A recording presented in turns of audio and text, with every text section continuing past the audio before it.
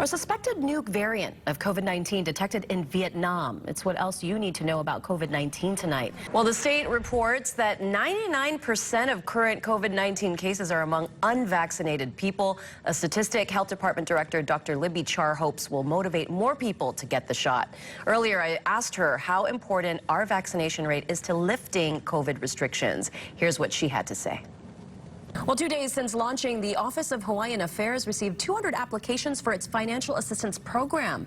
The program is open to Native Hawaiians. I wanted to try it because it's such a cultural institution in Kailua. I couldn't leave without trying out. So here's my attempt, Tom. I'm not a bowler, full disclosure. All right, so we see the live bug, so we know that you didn't do multiple takes. Here she goes. There she goes. All right, let's see. Yeah.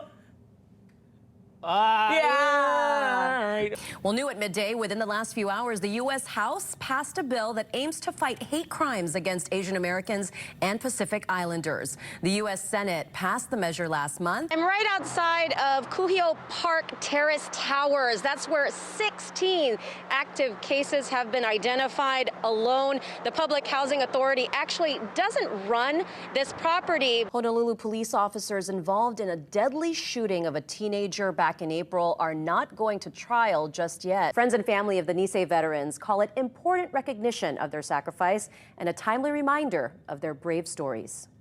Well, a Kauai bar is back open after being closed for a week and a half after 2 employees there got the coronavirus. Rob's Good Times Grill in Lihue. There's only a handful of direct flights that land in Hawaii from international destinations like the Philippines, Japan, Canada, South Korea. Most of the international travelers that get here actually come through domestic flights.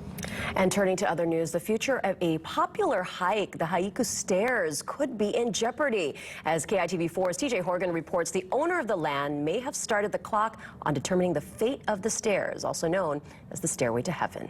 The Department of Public Safety reports that 6 inmates here died last month after being diagnosed with COVID-19. And I spoke to the sister and the daughter of one of those inmates who actually was transferred here from Saguaro Correctional Center. It's called Open Streets Sunday. I'm here with Honolulu Mayor Kirk Caldwell, part of an initial 11-state rollout of what's called the Federal Retail Pharmacy Program for COVID-19 vaccination. Celebrity chef Roy Yamaguchi, he owns several restaurants across the islands and the world, and they're just happy to be able to serve customers again, especially in such a beautiful setting.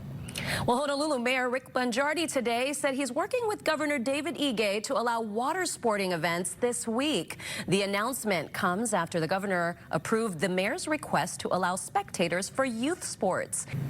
Well, the Department of Veterans Affairs is working to overcome vaccine hesitancy among Hawaii veterans. The VA Pacific Islands healthcare system reports there are around 90,000 veterans living in the state. Hawaii Pacific Health's vaccinated more than 1,700 children ages 12 to 15 over the past week. Most of those shots went into arms at Oahu schools. Breaking news now, the state just minutes ago reported 56 new cases of COVID-19. There's your breakdown on your screen. You can see that they're still kind of gathering, but they are breaking up right now. They had a prayer from a pastor as well as shared just the camaraderie and the healing that they're going through a year later. You can see that construction is still ongoing on these historic homes. It's taking a little bit longer to rebuild them because of the special permits as well as the pandemic, and it will take even longer to rebuild this community. A lot of them told me that they're still shaken, they're still full of sorrow, and even a little bit of anger at what they feel could have been preventable. And people say that this special place will just never be the same, but they are healing. Residents gathered to remember their neighbor Lois Kane and police officers Tiffany Enriquez and Kaulike Kalama, as well as the families who lost their homes that fateful day. On that Sunday morning, exactly 1 year ago, police say Kane was attacked and killed by her troubled tenant, Jerry Haynell, also known as Yarda. His mental illness spiraled into him shooting 2 officers and setting fire to Kane's home, a rampage that forever changed this tight-knit community. One couple who lost their home in the fire joined neighbors to lay flowers and comfort each other. Also there, Gisela King, another tenant in Kane's home and who knew Haynell. He stabbed her multiple times and she escaped with her life. We are grateful that to be alive. Others didn't have that luck. And that's the big difference, right? I feel so, my heart goes out with those families, Lois' families, the officers' families, even Yarda's families that couldn't say goodbye, that he ended up in a very bad way, that nobody wished that. King lived here for 4 years and considers this her second family. This is an incredible community in many ways. It was magical. King, her husband, and 8-year-old son live in Waikiki now, but Hibiscus Drive will always be home. And I don't forget all of those memories. We have very great memories. And I always hope Lois is in heaven looking after us, and I'm happy that we're still here and we're still around. And Stephanie Sophos is also glad to be alive. She was walking her dogs and saw the violent events unfold just a few feet away. She recorded her experience, saying she wasn't sure she would survive that day. One man destroyed an entire neighborhood just by his anger and his insanity. And if we've learned anything in this situation, we've learned that mental illness is out there. And if you see something, you need to do something. Whatever we do going forward, we have to, as whether it's government or a community, we have to do something to help the mentally ill, because we can't let this happen again. Can't let this happen here or in any community, neighbors tell me. Now, a lot of them did decline to be on camera, but they wanted to share this special message to the families of the officers. We heard their story earlier, just having the love and aloha and sharing the solidarity with their family, saying they will always have a special place in their heart here. Reporting live, Annalisa Burgos, KITV4 Island News. And they were excited that he was going to be released on February 20th, but that quickly turned to outrage and grief. He was counting down the days. He says, I only have blah, blah, X amount of days. I said, oh, are we counting already? It's countdown? You know, I was kind of joking with him. Luana Abele says she spoke to her father regularly. He was excited that he would be reunited with his family in Maui and meet his grandchildren.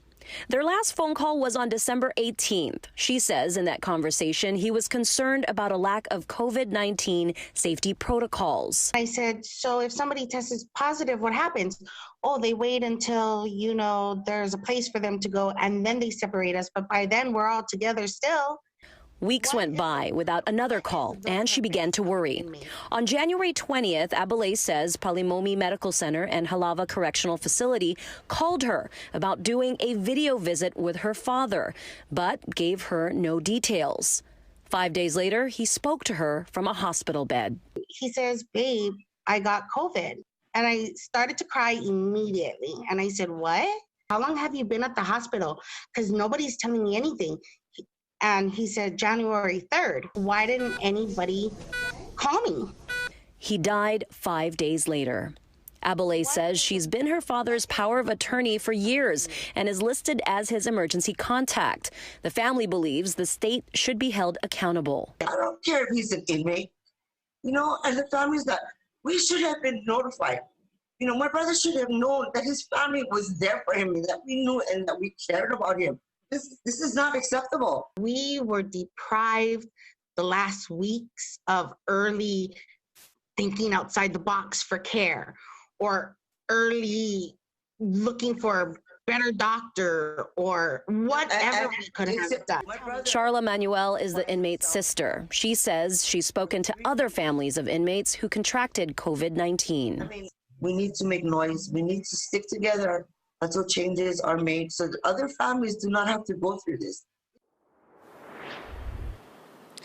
Now, I reached out to the Department of Public Safety to comment for this case, but they said they cannot due to HIPAA laws and privacy issues. But they did refer us to their website for information about their pandemic plan and their treatment and conditions for the inmates here. Now, they do report that there are 3 active cases still, as well as 540 people who have recovered. Reporting live, Annalisa Burgos, KITV4 Island News. Thank you so much. We've been here for almost 32 years because, this is a neighborhood restaurant. Parents that worked here 30 years ago, and now their kids are working here, and we have, guests when they first came here, they were 8, 9 years old, coming with their parents, and now they have kids of their own, and that are dining here, and that's, to me, that's just awesome. Chef Roy Yamaguchi says at 50% capacity, reopening night was packed, with his restaurants in Ko'olina and Kailua also doing well. It's loyalty and support that keeps Yamaguchi inspired in spite of what he calls confusing COVID-19 restrictions that unfairly penalize local business owners who follow the rules. I'm over. It's not about making money. It's about being able to survive. My energy doing on a day-to-day basis, I can't be waiting for someone to, come on TV and to, make a speech, which are going to be restrictions over restrictions. There's hundreds of thousands of people living in our community that do the right thing. The right thing, Yamaguchi says, is something he believes the restaurant industry has been doing for years, looking out for the health and safety of customers. So we are part of their community and family. So in that sense, everybody's doing what they can to protect each other. Veteran restaurateur Kevin Aoki says he noticed customers were more compliant with rules like physical distancing and mask wearing. Dine-in is back at his restaurants, Duraku, Blue Tree Cafe, Chingmu, and 1938 Indochine, which just opened in July. It's so hard to open and close, because you buy all this inventory, and then when you close, you got to almost throw all the inventory away, and then furloughing your employees, and then bringing them back. The management staff, everyone is up in the air. Hopefully, this will be the last time. Aoki feels the mayor's new tier system for reopening businesses lets owners and customers decide their fate. We might be on the tier 1, where it's 5 people, same household, but at least they're not going to shut us down. So when I saw that plan, I felt a little bit more encouraged than just the government saying we're going to open up and see how it goes. We're fighters. If we're going to go down, we're going to go down fighting.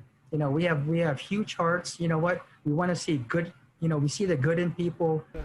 And for many, that feeling of aloha is what will help us win the battle over the coronavirus.